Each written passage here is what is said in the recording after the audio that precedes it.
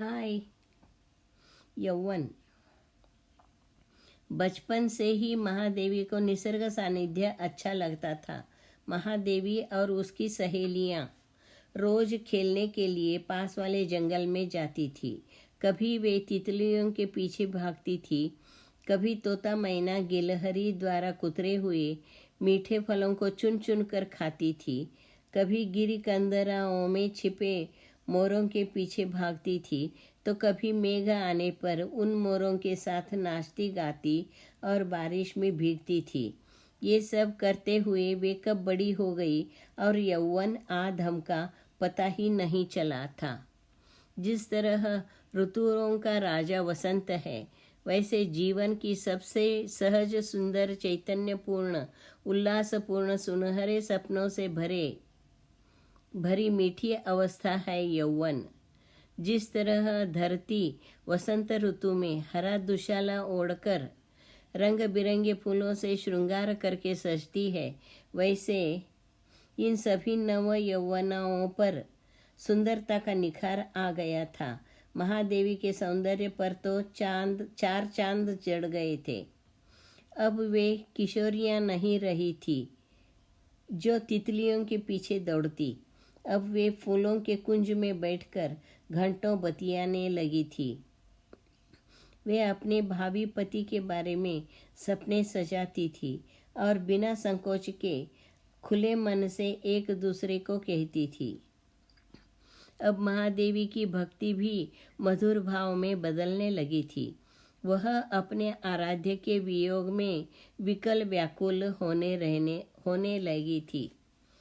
वह कल्पना लोक में अपने चन्नमल्लिकार्जुन के साथ मिलने के स्वप्न देखती थी। अपने दिवा स्वप्न में या निशा स्वप्न में वह अपने चन्नमल्लिकार्जुन से मिलती बोलती थी, जिसका वर्णन वह सखियों के सामने बिना संकोच करती थी। एक बार जब सभी सहेलियों ने महादेवी को छेड़ने लगी, तो महादेवी ने अपने प्रियतम का वर्णन ऐसे किया। अमर अविनाशी अरूप सुंदर पर मैं रीझ गई रे, अनादि अनंत अभिरामी चिन्ह विहीन सलोने सुभग को अपनाया है रे। भवहीन भयहीन निर्भय सुंदर पर रीझ गई री मैं, सीमा विहीन निस्सीम को अपनाया है मैंने। चन्नमल्लिकार्जुन नाम के पति पर अत्यधिक रीझ गई री मैं सखी। सखियां महादेवी के इस अनोखे प्रियतम का वर्णन सुनकर अचंभित हो जाती थी, लेकिन अपने अपने सपनों का रसभरित वर्णन करने के अति उत्साह में वे इसे सुनकर मजाक करके अपने अपने सपनों का वर्णन करने लगती थी। एक बार महादेवी ने कहा, सुनो री सखी, देखा मैंने एक सपना। गिरी पर देखा मैंने एक भिक्षुक को बैठा हुआ। छोटी जटाओं सुंदर दांत वाले भिक्षुक ने आकर भर लिया मुझे बाहों में अपनी। इस अचानक आलिंगन में रह गई मैं चकित। चन्नमल्लिकार्जुन को देख मूंद गई आंखें मेरी। खोलकर आंखें देखा तो फिर रह गई मैं स्तंभित।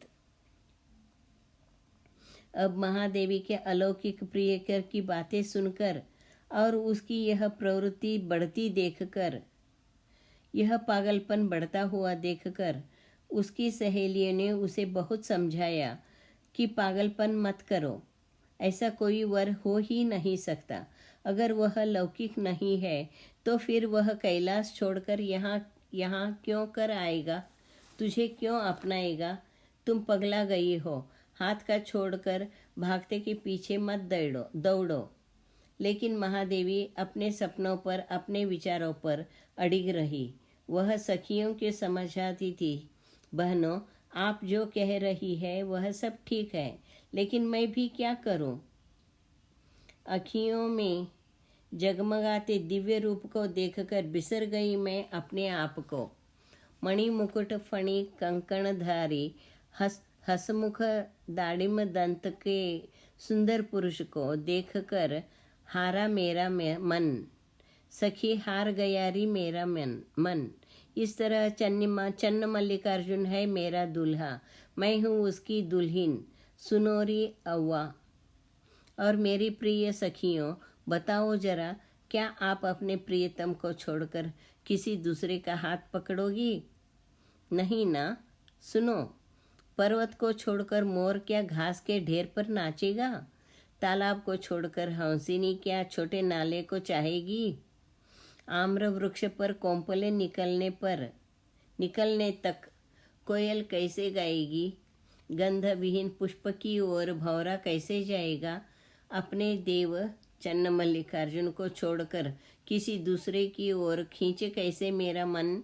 बोलो मेरे सखियों, बोलो। सखियां निरुत्तर तो हो गई, लेकिन वे मन से महादेवी के इस युक्तिवाद से सहमत नहीं थी। वे चुप हो गई। जब महादेवी अनुपस्थित होती थी तब वे उसके लिए चिंता व्यक्त करती थी।